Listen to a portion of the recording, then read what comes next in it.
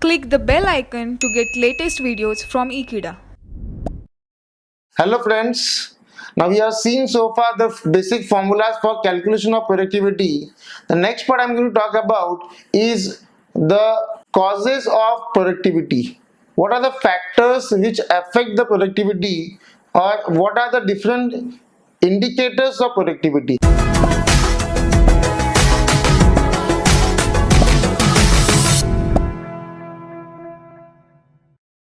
How productivity will be impacted by the different factors? Let's see.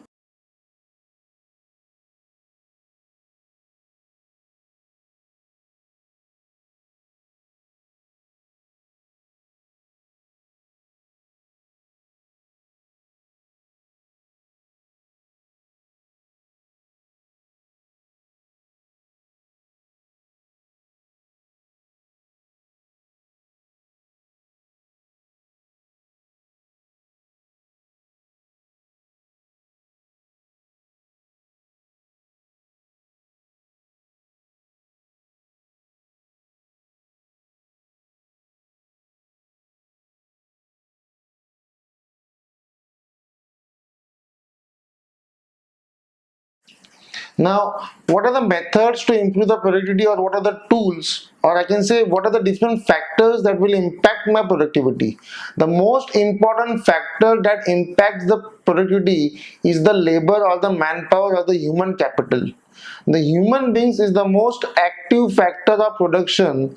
All the other factors of production are passive, and therefore to make other factors productive, it is the human factor which is more responsible, and therefore the human capital or the labor or the manpower is the most important factor that will decide the productivity of any organization. If your workers are more skillful, if your workers are well trained, they will be more productive in terms of output. If your workers are more skillful and knowledgeable, they have more training, then they won't waste too much of time, they won't waste too much of resources, thereby they will give us a higher productivity. The second big factor is the material. If you are going to use inferior quality of material, you can't expect a very high productivity. Take example of coloring. If I am coloring my home and I am using an inferior quality of paint, I may end up spending less on the paint, but then I might end up spending more on the laborer, because I will need more time to color the home. On the contrary, if I use a branded colors like Asian paint, then I might consume less color, that is less amount of material, as well as less amount of labor shall be required, because they will consume less time. So quality of material should be superior, it should be of reasonably good quality to ensure that your productivity remains high. On the contrary, it has been observed that many of the times firms suffer from low productivity because they stick with the old outdated materials which may be not very high in terms of quality. The third big factor is the machine or the technology. Most sophisticated is the technology, much better will be the production, faster the production, and there will be less amount of defective pieces. Most of the times in today's scientific world, all the processes in the production are automated, and because of this there is least amount of material interference, and because of this there is less amount of human interference in the production process, leading to less amount of defects. The more the human interference, more they will handle the material, more will be the defect, and that will reduce the productivity. Therefore automation is the key, technology is the key. The more advanced the technology, more cheaper it will become to produce because of higher productivity. The next big factor that we are going to talk about that impacts the productivity is the management techniques. Now the best example of this is the Japanese technology or the Japanese management techniques, who have improved by leaps and bounds in the last few decades. If you observe the Japanese culture of production, they have a very highly scientific tempered management techniques. They have involved new ways like total quality management, kaizen, quality circles, and thereby they have improved the productivity over the years. Something like lean management has help them to achieve the highest standards of productivity, and thereby they make sure that they use the best management techniques to get the best results. In case of other countries, especially a country like India, it has been observed that we are not following the participative approach, and therefore many of the times we are not able to get a higher productivity because of lack of proper management techniques. So these are some of the factors or some of the indicators or the tools that are indication of the productivity of an organization. Next I'm going to talk about is how to improve the productivity or what are the causes of low productivity.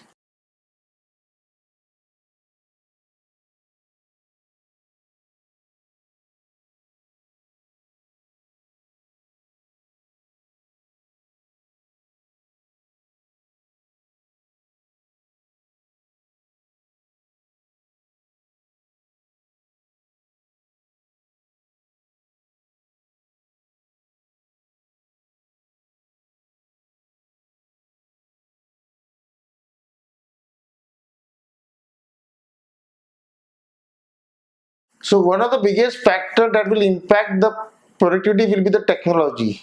Now technology will have multiple points. It can be the size of the plant, it can be the plant layout that will decide the productivity of a particular organization or a firm. Sometimes it can be the technical requirements or the technical know-how for a particular production process, which will be the indicator of the productivity of that particular organization. In some cases it can be the size of the plant. For example, sometimes the smaller plants may give you higher productivity as compared to larger plants. In case of certain plants like power plants, it can be quite contrary, where a bigger plant may give you more better productivity because of optimum utilization of resources.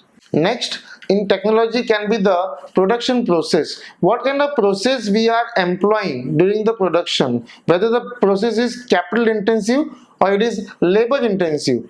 That can be also one of the biggest indicator of productivity. Then what kind of material we are introducing during the process of production can be one of the biggest indicator. The second factor is the individual factor.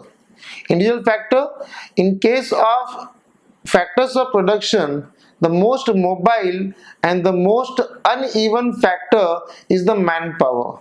No two human beings are unique in terms of capacity, in terms of overall skills, knowledge, and their efficiency. Therefore, every worker will have different capacity and different efficiency. As a result, productivity will keep on changing from people to people, from group to group, and from organization to organization. Therefore, the one of the factor can be the nature of the people. The second big factor can be the level of skills among those workers or among those employees. Some employees might have more skills and therefore they can give you a much higher productivity, whereas some employees may have very low skills and they might give you very low productivity. One other factor that impacts a lot can be the attitude of the workers. Okay, in some organizations like government organizations, workers may work only for the sake of working, and they might not give you the desired results, and therefore they will have low productivity. Whereas in case of private organizations or private companies, they'll always give you the higher productivity, because there you are rewarded in terms of effort reward relationship. You might be compensated in terms of higher bonus, higher performance bonus, better living conditions, higher salaries, and therefore you might give a much higher productivity. Take example of something like ICICI and SBI.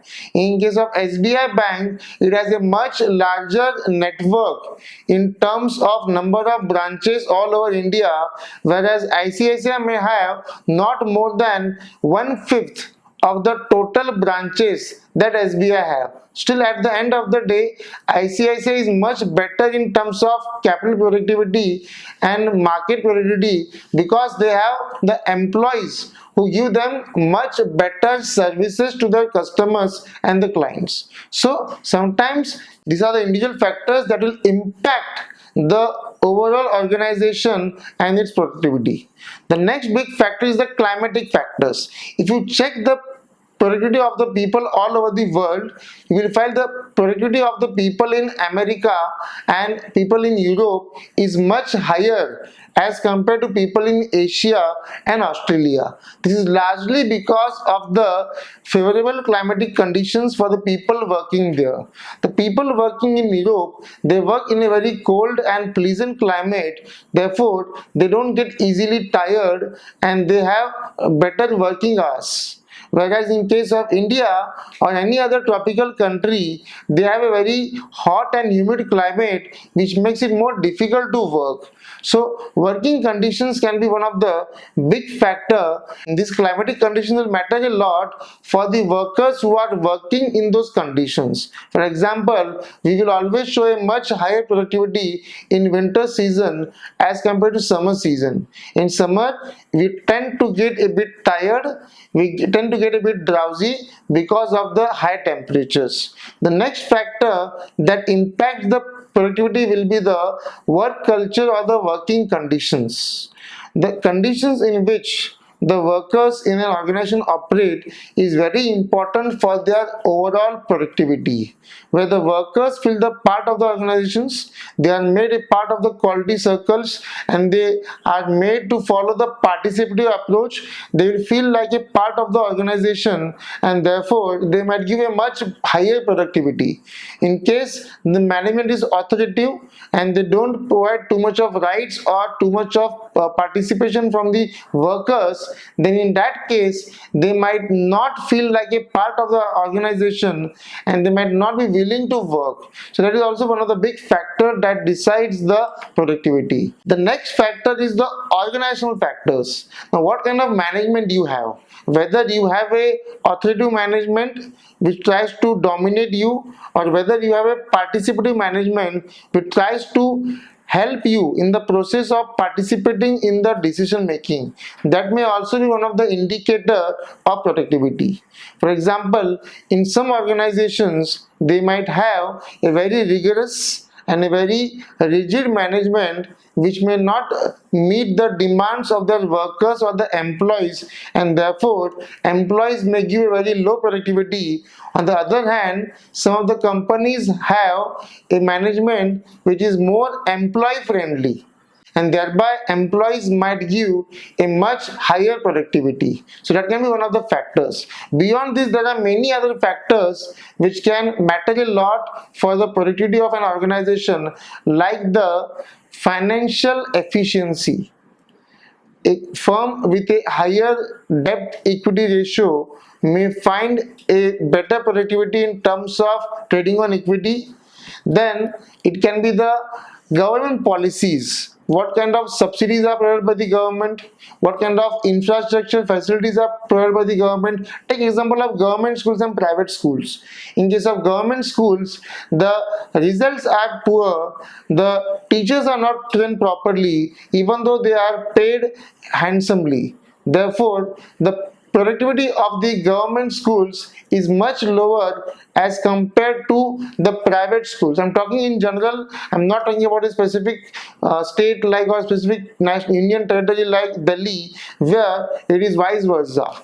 Next, other factors may be the manager capability. Some managers might take quick decisions, they might take right decisions at the right time, whereas some managers may not take the decisions at the right time. They might delay the decisions, their decisions may go wrong. So this is also one of the big factor that will impact the productivity of an organization. Coming to the last part of this chapter, we are having something called as productivity index. Now, the concept of productivity index is nothing different from what we have done so far. What we have done so far is nothing but productivity, and for productivity index, the formula will be same, but here we will convert those numbers into index by multiplying by 100.